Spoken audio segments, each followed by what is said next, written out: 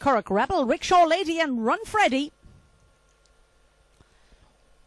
Racing, off they go in the first of the night, showing smartly, 6 and 5. To the first bend they go, Trap 6, Run Freddy on the outside, 5 in the centre, and then 1 is on the rail, and that's Clonley Mally. It's Clonley Mally who stretches away down the back straight, has opened a couple of lengths from 6. That's Run Freddy and 5, Rickshaw Lady. These 3 are up front, and the others have a lot to do in this race, but it's still 1, 6 and 5. And Clonley Mally's running a strong race for the curtains of Charleville here. They'll go for home, and it's curtains for this race, it looks to be.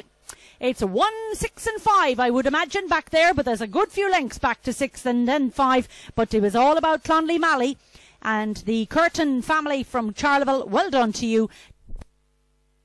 29:25 on the clock.